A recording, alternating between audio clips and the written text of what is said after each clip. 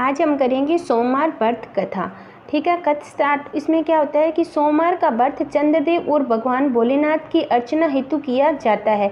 इस व्रत को श्रद्धा पूर्वक करने से मानसिक कलेशों से छुटकारा मिलता है एवं सभी मनोकामनाएं पूर्ण होती है।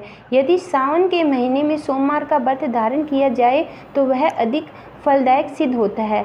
वैसे यह व्रत चैत्र, सावन और कार्तिक मास को किया जाता है। इस पर केवल 12 वर्ष सोमवार के दिन इसके बाद रखकर भगवान शंकर माँ पार्वती की पूजा अर्चना करनी चाहिए तथा दिन में एक बार भोजन करना चाहिए। सोमवार का व्रत हुआ रखने से स्त्रियों पुण्य शिव जी की पूजा और पति पुत्र कुछ समय पश्चात साहूकार की पत्नी गर्ती होता है। 10वें महीनों से पूजन विधि क्या होती है। भगवान शंकर की पूजा का श्रेष्ठ समय प्रातः काल माना जाता है। अतः सोमवार के दिन प्रातः काल ब्रह्मा मुहूर्त में उठकर नित्य कर्म से निवृत्त हो स्नान कर पूजन हेतु ध्यान कर भस्म धारण कर और कुशा पर बैठा जाता है। पूर्व अथवा उत्तर दिशा में मुख रखें, चौकी पर नया सफ़ेद कपड़ा बिछाएं, उस पर तांबे पर खुदा सोमवार यंत्र और भगवान शिव की प्रतिमा शिवलिंग की स्थापना करें।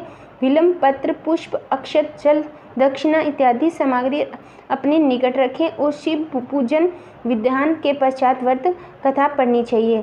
व्रत कथा पूर्व के उपरांत भगवान शिव का भोग लगाकर तुलसी के पौधों पर अर्घ्य दें और एक दिन में एक समय ही भोजन करें। सोमवार की व्रत कथा। अब अपनी कथा प्रारंभ करते हैं। एक साहूकार बहुत अमीर था, उसके पास धन की एक साहूकार बहुत गरीब था, उसके पास धन की बहुत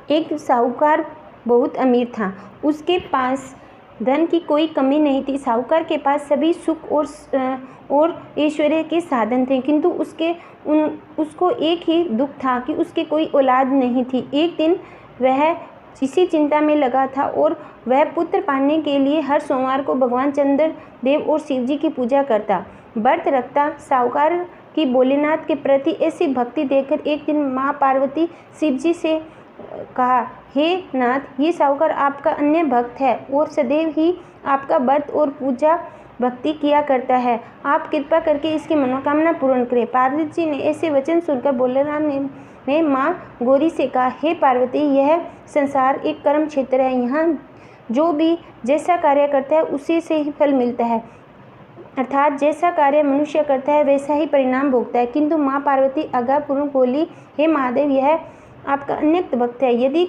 इसको कोई भी दुख है तो आपको उसे अवश्य दूर करना चाहिए, और यदि आप अपने भक्तों की मनोकामना पूर्ण नहीं करोगे तो क्या मनुष्य आपकी भक्ति सेवा पूजा करेंगे।